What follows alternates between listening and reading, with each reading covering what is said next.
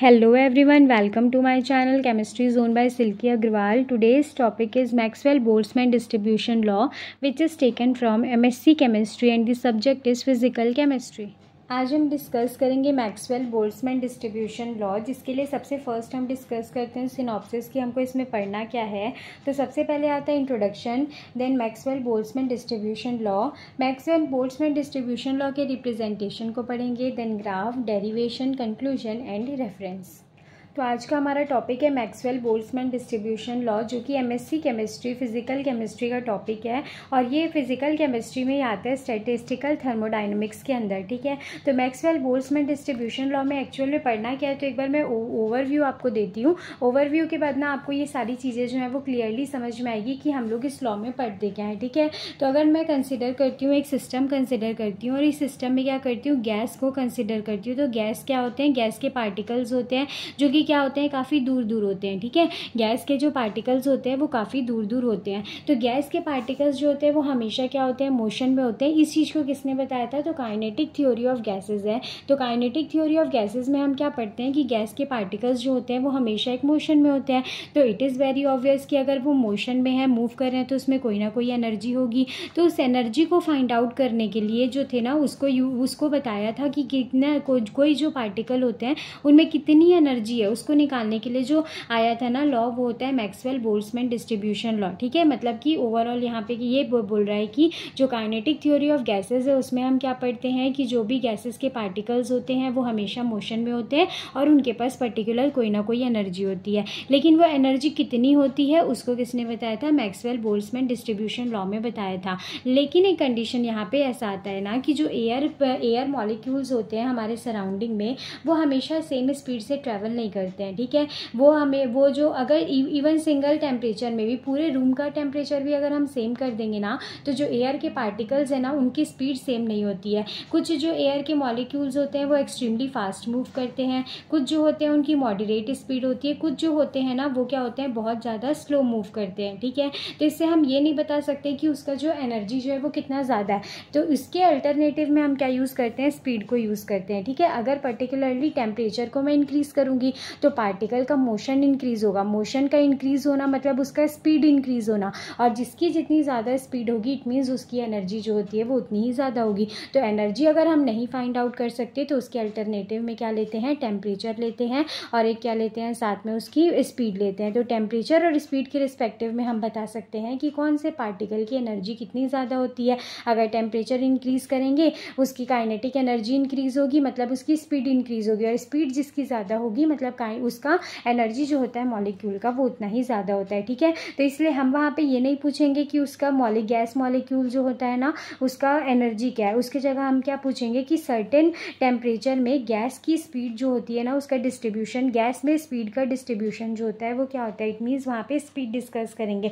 तो कहीं पे भी गैसेस पार्टिकल्स के अगर हमको क्या करना है, एनर्जी निकालना है, तो एनर्जी के जगह पे हम क्या करते हैं, स्पीड निकालते हैं। इसी को दिया था मैक्सवेल बोल्ट्जमैन डिस्ट्रीब्यूशन लॉ में। ठीक है, जिसमें कि वो क्या बताता है कि टोटल एनर्जी जो होता है सिस्टम का वो डिस्ट्रीब्यूटेड होता है among various member of system having identical but distinguishable particle. और लेकिन ये एप्लीकेबल किस में होता है ना, हम किसके लिए इसको निकाल सकते हैं, तो जो भी सिस्टम होगा, सिस्टम के अंदर पार्टिकल्स जो होंगे वो आइडेंटिकल होने चाहिए लेकिन डिस्टिंग्विशेबल होने चाहिए। मतलब आइडेंटिकल मतलब सेम होंगे, लेकिन अगर हम उनको डिस्टिंग्विश भी कर सकते हैं, सेम भी होने चाहिए। और वो हम अगर पूरे सेम है लेकिन फिर भी मेरे को निकालना है कि हाँ ये वाला कौन सा है वो वाला कौन सा है, तो वो मैं डिस्टिंग्विश उनको कर सकती हूँ। ठीक है, तो ऐसे सिस्टम जिसमें पार्टिकल्स जो होते हैं वो आइडेंटिकल होते हैं और डिस्टिंग्विशेबल होते हैं। ठीक है, उन पार्टिकल में क्या होता है, एनर्जी का, टोटल एनर्जी का जो डिस्ट्रीब्यूशन होता है ना उसी को बताया मैक्सवेल बोल्ट्जमैन डिस्ट्रीब्यूशन लॉ में, उसी को बताया गया है। ठीक है, फिर इसका एक और डेफिनेशन आता है जिसमें क्या बोल रहा है कि मैक्सवेल बोल्ट्जमैन इक्वेशन, जो कि क्या होता है, बेसिस होता है काइनेटिक थ्योरी ऑफ गैसेस का। जैसे कि मैंने स्टार्टिंग में बताया, काइनेटिक थ्योरी ऑफ गैसेस मतलब क्या होगा, तो जो भी गैस होते हैं वो हमेशा क्या होते हैं, मोशन में होते हैं। ये चीज़ किसने बताया, किस में पढ़े थे हम, काइनेटिक थ्योरी ऑफ गैसेस में। लेकिन वो जो मोशन में होते हैं ना, तो हर एक मॉलिक्यूल जो होते हैं, हर एक पार्टिकल्स जो होते हैं, उनकी एनर्जी कितनी होती है उसको फाइंड आउट करने के लिए हम यूज़ करते हैं Maxwell Boltzmann Boltzmann distribution law को, ठीक है। तो the distribution of speed for a gas at a certain temperature, from this distribution function the most probable speed, the average speed and the root mean square speed can be derived. अब Maxwell Boltzmann equation से क्या होता है ना, यहाँ पे distribution होता है स्पीड का गैस के लिए सर्टेन टेम्परेचर में, और इस इक्वेशन से हम most probable speed, it mean सबसे ज़्यादा स्पीड, और एवरेज स्पीड और रूट मीन स्क्वायर स्पीड किसी भी मॉलिक्यूल का हम फाइंड आउट कर सकते हैं, ठीक है। इसका रिप्रेजेंटेशन दिया हुआ है, इस तरीके से रिप्रेजेंटेशन होता है। इसका रिप्रेजेंटेशन क्या होता है, NI is equals to N/P E minus EI/KB T। KB जो क्या होता है, बोल्ट्जमैन कांस्टेंट होता है, जिसमें कि EI क्या होता है, एनर्जी होता है, ith एनर्जी लेवल का। NI क्या होगा, एवरेज नंबर ऑफ पार्टिकल्स होते हैं, यहाँ की बात तो ये इसकी बात हो रही है ना। NI क्या होगा, average number of particle. GI, ये GI जो है ना, यहाँ पे ये N के प्लेस में हम GI भी लिख सकते हैं, जो कि क्या होता है, degeneracy of energy level. Degeneracy मतलब क्या होता है, इक्वल एनर्जी, इक्वल एनर्जी होता है, उसको डीजेनरेसी बोलते हैं, ठीक है।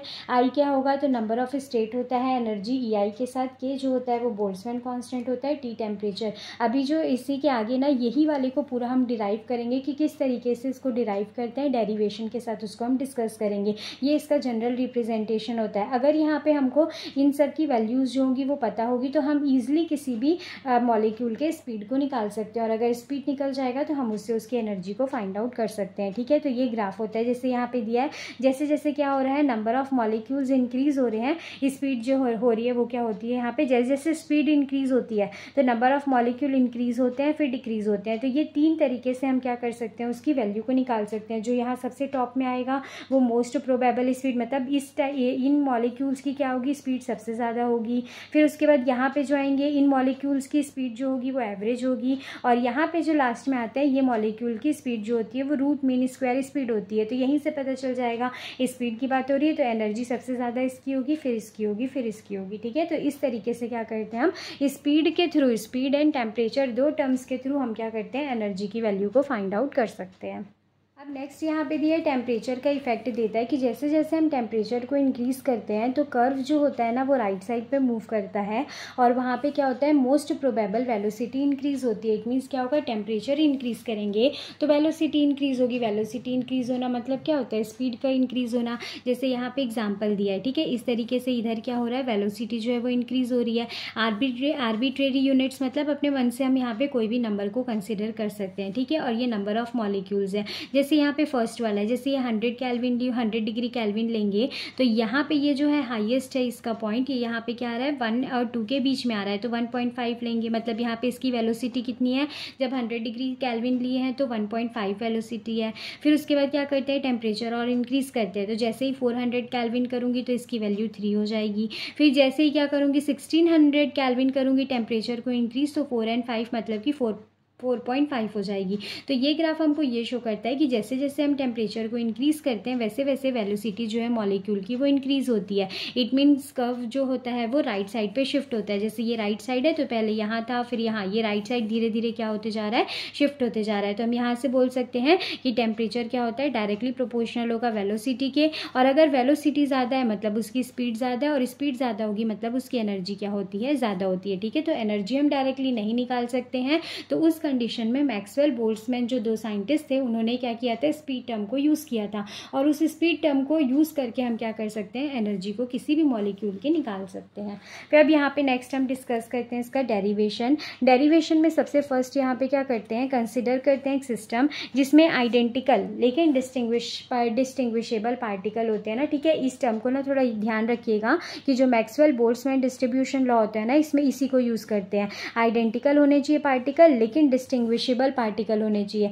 आगे हम पढ़ेंगे ना फर्मी डिराक, उसमें क्या होता है ना, आइडेंटिकल ही होते हैं, दोनों का काम सेम होता है, बस डिफरेंस क्या होता है उसमें इनडिस्टिंग्विशेबल होते हैं ना। जैसे यहाँ पे सेम होंगे लेकिन डिस्टिंग्विशेबल होंगे, वहाँ पे सेम होते हैं लेकिन इनडिस्टिंग्विशेबल होते हैं, ठीक है। बस यही दोनों में डिफरेंस होता है, बाकी पूरा ऑलमोस्ट जो होता है वो सेम होता है। तो एक कंसिडर करते हैं एक सिस्टम जहाँ पे पार्टिकल क्या होंगे, आइडेंटिकल होंगे लेकिन डिस्टिंग्विशेबल होते हैं।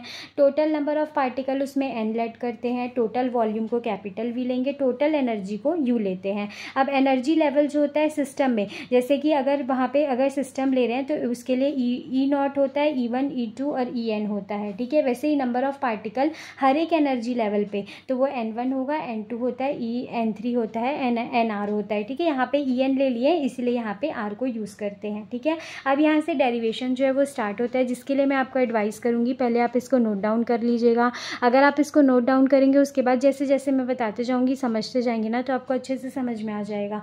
थ्योरी क्या होता है ना, सुनने से हमको समझ में आ जाता है, लेकिन डेरिवेशन जब से हम खुद से नोट डाउन करेंगे नहीं ना, तब तक हमको समझ में नहीं आता, ठीक है। तो पहले आप डेरिवेशन को लिख लीजिएगा, लिखने के बाद फिर उसको आप समझेंगे ना तो आपको काफ़ी अच्छे से समझ में आएगा, ठीक है। तो यहाँ पे सबसे फर्स्ट हम डेरिवेशन को स्टार्ट करते हैं थर्मोडाइनमिक प्रोबेबिलिटी इक्वेशन से, जो कि होता है capital W = n factorial divide by n not factorial, n1 factorial, n2 factorial, nr factorial. ये किसकी बात हो रही है ना, तो जो एक सिस्टम है वहाँ पे कितने नंबर्स ऑफ मॉलिक्यूल है, तो ये नंबर्स ऑफ मॉलिक्यूल पार्टिकल्स की बात हो रही है। तो पार्टिकल्स क्या होंगे, N0, N1, N2, N3, N4, N5, काफ़ी सारे, क्योंकि मिलियंस में पार्टिकल्स होते हैं ना, तो वो काफ़ी सारे पार्टिकल्स होंगे। तो लास्ट में इसको क्या करते हैं, NR से डिनोट कर देते हैं, ठीक है। अब क्या करते हैं, लॉग लगाते हैं दोनों साइड पे, तो ये हो जाएगा ln W, ये हो जाएगा ln NI। यहाँ पे क्या लेंगे, अब ये क्या है, पूरे का सम है, तो सम की जगह पे हम क्या लेते हैं, समेशन लेते हैं, ठीक है। जब भी सम लेंगे तो वहाँ पे समेशन लेते हैं, मल्टीप्लाई करना रहता है तो इस सिंबल को यूज़ करते हैं।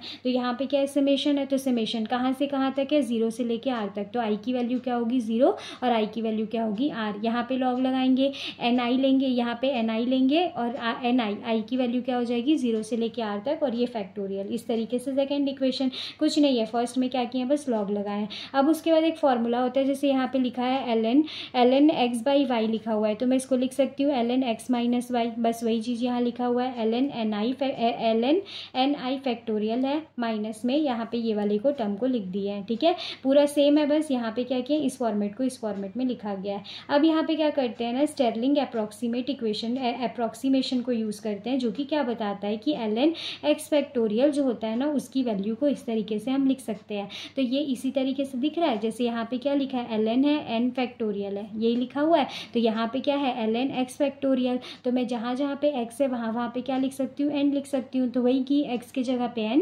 ln फिर x की जगह पे n, फिर -n, ठीक, ये हुआ। अब यहाँ पे इससे इसको कॉमन निकाल दी, फिर सेम वहीं पे भी यही चीज़ आया, ln x फैक्टोरियल सेम बन रहा है, तो यहाँ पे भी इस तरीके से इसको लिख दूंगी, तो ये बनेगा इक्वेशन नंबर 4, ठीक है। अब इस इक्वेशन को सॉल्व करने के बाद क्या होता है ना, इसमें पूरा कंप्लीट डेरिवेशन जो है ना आपको करने की ज़रूरत नहीं है, 1-2 स्टेप के बाद आप डायरेक्टली भी लिख देंगे ना तो वो चल जाता है, क्योंकि वहाँ पे आपको क्या करना है, सिर्फ लास्ट में जो डेरिवेशन में का जो इक्वेशन आया है ना, बस आपको उसको प्रूफ करना है, ठीक है। तो ये वाला इक्वेशन के बाद आएगा ये डेरिवेशन ऑफ अबव इक्वेशन, कहने का मतलब है यहाँ पे डिफरेंशिएशन करेंगे। तो ऑब्वियस सी बात है, डिफरेंशिएशन करते हैं ln x का डिफरेंशिएशन जो होगा तो वो क्या होता है, 0 होता है। तो अगर इसकी वैल्यू 0 हो जाएगी तो पूरे टर्म की वैल्यू क्या हो जाती है, 0 हो जाती है। तो ये पूरा टर्म हट जाएगा, ये पूरा टर्म हट जाएगा, साथ में इसकी भी अगर डिफरेंशिएशन करेंगे तो ये भी यही टर्म है, तो इसका भी 0 आएगा, तो सिर्फ क्या बचेगा, ये वाला टर्म बचेगा। तो जो कि ये आया एज इट इज, यहाँ पे इसके डिफरेंशिएशन में क्या हो जाएगा, ni ln ni का डिफरेंशिएशन हो जाएगा del ni, और ये हो जाएगा ln ni, ठीक है। ये इसका डिफरेंशिएशन होगा, इज इक्वल्स टू, ये माइनस में है तो उधर जाएगा तो प्लस में हो जाएगा, इज इक्वल्स टू 0, ठीक है। अब हमको पता है कि n जो है वो कांस्टेंट है, नंबर ऑफ पार्टिकल्स जो है हम उसको कांस्टेंट कंसिडर करेंगे, तो उसका पूरा समेशन जो होगा वो भी क्या होगा, कांस्टेंट होगा। इट मीन्स ये पूरी जो वैल्यू है, ये वाली पूरी वैल्यू जो होगी ये क्या हो जाएगी, कांस्टेंट हो जाएगी, ठीक है। तो यहाँ पे इसको ले रही हूँ, पूरा ये वैल्यू क्या हो जाएगा, पूरा कांस्टेंट मतलब क्या हो जाएगा, 0। इट मीन्स ये पूरी वैल्यू क्या हो जाएगी, 0 हो जाएगी। क्या क्या कांस्टेंट है यहाँ पे, पार्टिकल्स की वैल्यू कांस्टेंट है, वैसे ही क्या होगा, एनर्जी जो है वो भी कांस्टेंट होगा। और अगर एनर्जी कांस्टेंट होगा तो एनर्जी को हम कंसिडर क्या किए थे, यू कंसिडर ना, ये भी नहीं होगा, ये यू होगा, यू कंसिडर किए थे, तो ये भी क्या हो जाएगा, 0 हो जाएगा, ठीक है। ये हुआ। अब इक्वेशन नंबर हमको मिला है 6, जहाँ पे क्या लिए हम लोग, नंबर ऑफ पार्टिकल को कांस्टेंट लिए हैं। इक्वेशन नंबर 7 जहाँ पे टोटल एनर्जी को कांस्टेंट लिए। अब ये दोनों इक्वेशन में क्या करते हैं, अल्फा और बीटा से मल्टीप्लाई करते हैं। तो जैसे ही मैं अल्फा और बीटा से मल्टीप्लाई करेंगे, साथ में क्या करते हैं, 5, 6, 7 इक्वेशन को ऐड करते हैं। तो इक्वेशन नंबर 5 था, तो 5 में मैं क्या बताया, यहाँ पे ये पूरा टर्म 0 हो जाएगा, तो क्या बचेगा, ln ni ये बचा, प्लस यहाँ पे अल्फा और बीटा को मल्टीप्लाई करना है, तो ये पूरा टर्म 0 है, तो सिर्फ क्या बचेगा, अल्फा बचेगा। यहाँ पे ये टर्म और ये टर्म पूरा 0 है, तो सिर्फ क्या बचेगा, ये बचेगा और इससे क्या करेंगे, बीटा को मल्टीप्लाई करेंगे। ये इक्वेशन आया। अब इस इक्वेशन को जब हम सिंप्लीफाई करते हैं ना, तो जब लॉग हटता है तो क्या होता है, ई की वैल्यू आती है और जो भी इसके साथ रहता है वो क्या चले जाता है, उसके पावर में चले जाता है। और ये है मल्टीप्लाई, सेम वैसे ये भी पावर में चले जाएगा, ये भी पावर में, दोनों प्लस है, उस साइड जाएंगे तो माइनस हो जाएंगे, ln हट के क्या आ जाएगा, ई आ जाएगा। ठीक है, इस तरीके से आएगा। अब उसके बाद यहाँ पे इसी को क्या करते हैं, समेशन में अगर मैं कंसिडर करूँगी तो ni है तो ये समेशन i की वैल्यू 0 से लेके r ये होगा। ठीक है, यहाँ पे कंसिडर करेंगे इसको, सेम वैसे ये, और वैसे यहाँ पे इसके लिए भी समेशन को क्या करेंगे, ऐड करेंगे। ठीक है, अब ये वाले इक्वेशन से क्या करते हैं, इसकी वैल्यू निकालेंगे, ई माइनस अल्फ़ा की वैल्यू इज इक्वल्स टू, तो ये एन एज इट इज़ रहेगा, ये पूरी वैल्यू क्या चली जाएगी, डिवाइड में चली जाएगी। ठीक है, अब इस इक्वेशन में एक वैल्यू को पुट करेंगे जो कि क्या होता है, पी पार्टीशन फंक्शन, जिसकी पूरी वैल्यू जो होती है वो ये होती है। इट मीन्स ये पूरे टर्म की जगह पे क्या आ जाएगा, पी आ जाएगा। ये वाला लास्ट इक्वेशन था, इस पूरे टर्म की जगह को क्या करते हैं, पी लेट कर लेते हैं। ठीक, ये हो गया। फिर उसके बाद वहाँ पे दिया था इक्वेशन नंबर 8। इक्वेशन नंबर 8 और इक्वेशन नंबर 9 को जब हम सब्ट्रैक्ट करते हैं ना, तो ये इक्वेशन हमको मिलता है। अब ये इक्वेशन में क्या करते हैं, बीटा की वैल्यू को पुट करते हैं जो कि क्या होता है, 1/kBt। kBt क्या होता है, बोल्ट्जमैन कांस्टेंट होता है। इसको पुट करने के बाद ये जो इक्वेशन आता है ना, इसी को बोलते हैं मैक्सवेल बोल्ट्जमैन इक्वेशन। ये एन की जगह पे ना GI भी लिख सकते हैं। ठीक है, बहुत सारे इक्वेशन है ना, बहुत सारे डेरिवेशन हर जगह अलग अलग दिया हुआ है, तो ये GI भी आप लिख सकते हैं। और जहाँ जहाँ पे NN लिए थे ना, वहाँ पे GI को भी कंसिडर कर सकते हैं। कहीं से भी आपको क्या करना है, बस इस डेरिवेशन को प्रूव करना है।